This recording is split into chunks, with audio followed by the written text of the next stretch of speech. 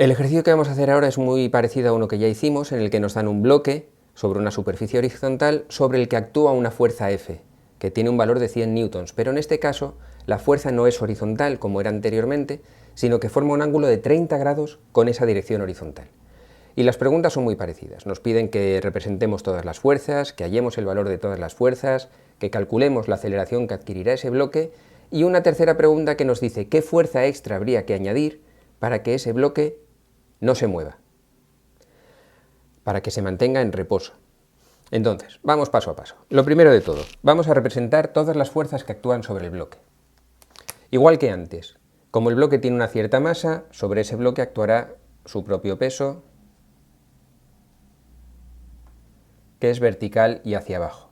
Y por estar apoyado en una superficie, tendrá una reacción de la superficie a esa fuerza de apoyo, que es la normal, que es siempre perpendicular a la superficie. Y por deslizar el cuerpo sobre una superficie, habrá una fuerza de rozamiento entre el bloque y la superficie, y que se va a oponer al desplazamiento.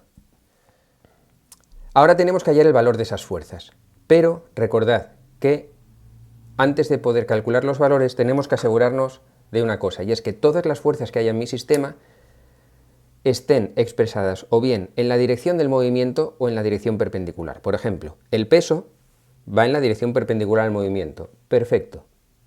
La normal actúa en la dirección perpendicular al movimiento. Perfecto. El rozamiento actúa en la misma dirección que el movimiento, en sentido contrario, vale, pero en la misma dirección, con lo cual, perfecto. Ahora, ¿qué pasa con esta fuerza F? Esta fuerza F no va ni en la dirección del movimiento ni en la perpendicular, forma un ángulo de 30 grados. Y eso me incomoda porque no puedo hacer los cálculos directamente si no expreso esa fuerza F de otra forma. ¿Qué voy a hacer con esa fuerza F? Pues voy a sustituirla por otras dos que sean equivalentes, pero que sí actúen en las direcciones del movimiento y la perpendicular. Es decir, voy a descomponer esta fuerza F en dos componentes. Una horizontal, que la voy a llamar Fx, porque soy muy original, y otra vertical, que la voy a llamar Fi. ¿Y cómo puedo hallar el valor de esas fuerzas Fx y Fi? Por trigonometría. Yo sé que el seno de alfa es igual al cateto opuesto, si me fijo en este triángulo. El cateto opuesto al ángulo de 30 grados, a este ángulo alfa, es este de aquí, que mide lo mismo que la fuerza Fi. Así que el cateto opuesto será Fi entre la hipotenusa, que es la fuerza F. Y de aquí obtengo que la fuerza Fi es F por el seno de 30. Lo mismo con el coseno. El coseno de un ángulo es el cateto contiguo, es decir, el cateto que forma parte de ese ángulo, en este caso Fx, entre la hipotenusa. Con lo cual, Fx será F por el coseno de 30.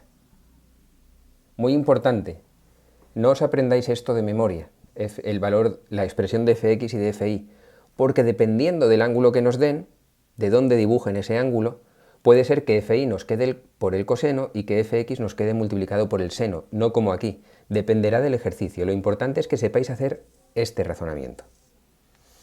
Bueno, pues sustituyendo datos.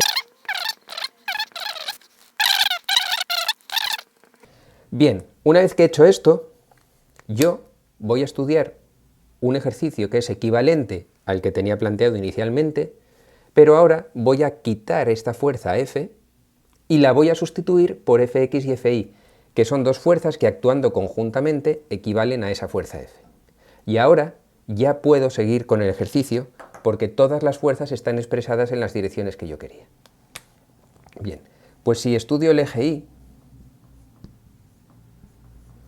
en ese eje no hay movimiento. El bloque no se mueve arriba y abajo, sino que se mueve solo en horizontal. Al no haber movimiento, la aceleración es cero. Cuando la aceleración es cero, la fuerza en ese eje tiene que ser cero. La fuerza resultante en ese eje tiene que ser cero por la primera ley de Newton.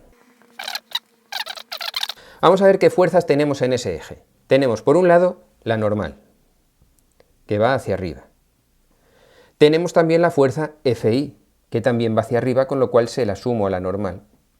Y por último tenemos el peso que va hacia abajo, así que se lo resto a estas dos. Eso tiene que ser igual a 0.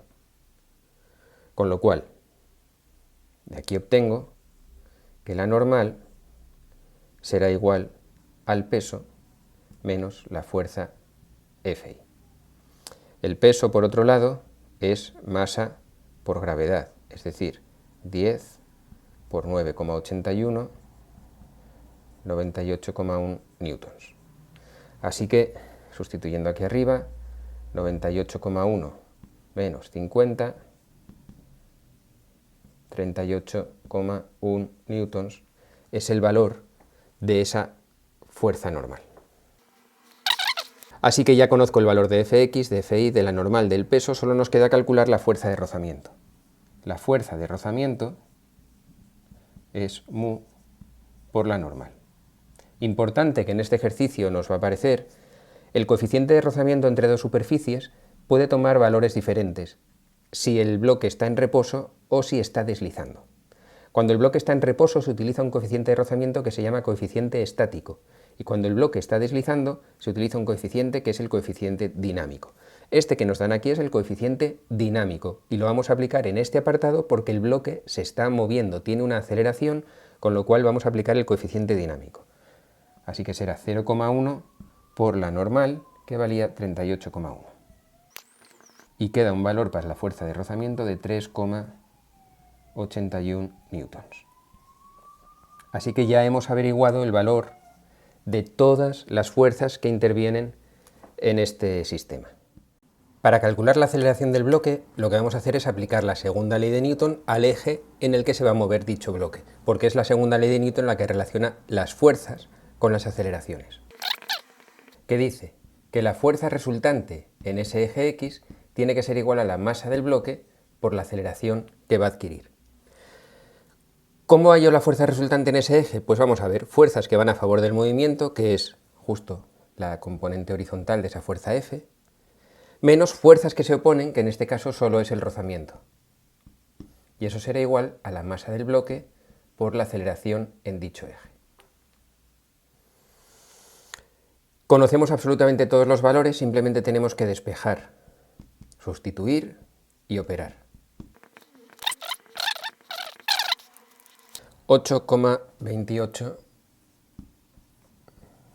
metros partido de segundo al cuadrado. Nos piden además que hallemos cuál es el espacio recorrido por este bloque durante los primeros 10 segundos de su movimiento, partiendo del reposo, así que como sigue un movimiento rectilíneo uniformemente acelerado, igual que en otros casos, la posición final será igual a la inicial, más velocidad inicial por tiempo, más un medio de la aceleración por el tiempo al cuadrado, la posición inicial es 0, la velocidad inicial es 0 y la posición final será un medio de 8,28 por el tiempo al cuadrado, que es 10 al cuadrado. Así que eso son 414 metros. Eso realmente es la posición final, pero en este caso coincide con el espacio recorrido, porque es la diferencia entre la posición final y la inicial. Por último, nos dicen, si añado una fuerza extra a este bloque, ¿qué valor debe tener para que el bloque permanezca en reposo, para que no se mueva, para que no se acelere? Entonces, vamos a añadir una fuerza extra y vamos a ver qué ocurre en este caso. Ahora lo que quiero es que en el eje X no haya movimiento. Fijaros que en el eje Y no he modificado absolutamente nada. Simplemente he añadido una fuerza extra en el eje X que se opone al movimiento que tenía inicialmente el bloque. ¿Para qué? Para que el bloque se mantenga en reposo. Si el bloque se mantiene en reposo no va a tener aceleración, con lo cual lo que voy a aplicar ahora en el eje X es la primera ley de Newton. Así que en este caso la fuerza resultante en el eje X tiene que ser igual a 0. ¿Por qué? Porque no hay aceleración. Vamos a ver cuánto vale ahora la fuerza resultante en ese eje. Ya no va a ser igual que antes.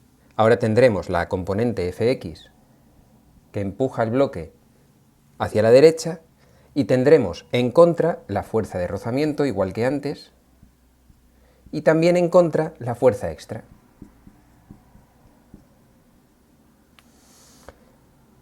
¿Qué diferencia me voy a encontrar? Que ahora el rozamiento ya no vale 3,81. Ese era el rozamiento cuando habíamos considerado un coeficiente de 0,1. Pero ahora el rozamiento va a tener otro valor. Porque nos dicen que el bloque va a estar en reposo y cuando está en reposo utilizamos el coeficiente de rozamiento estático que vale 0,2. Con lo cual va a valer el doble que antes. Va a valer 7,62 newtons. La nueva fuerza de rozamiento, voy a ponerlo aquí abajo,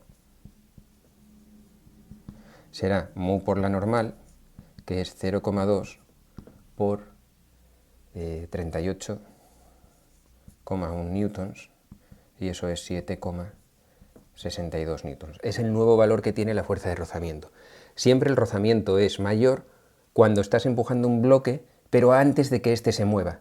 Por ejemplo, si vais a mover un sillón, lo empujáis y al principio no se mueve, cuesta mucho trabajo y una vez que empieza a deslizar parece que ya tenéis que hacer menos fuerza para que siga deslizando. ¿Por qué? Porque el rozamiento dinámico, cuando el bloque se está moviendo, es menor que el rozamiento estático, que es cuando el bloque aún está quieto.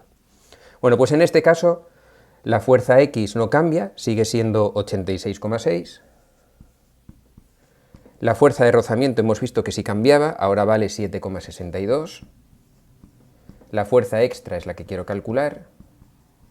Y la resultante de todas ellas tiene que ser 0 newtons, con lo cual la fuerza extra debe tener un valor de 78,98 newtons.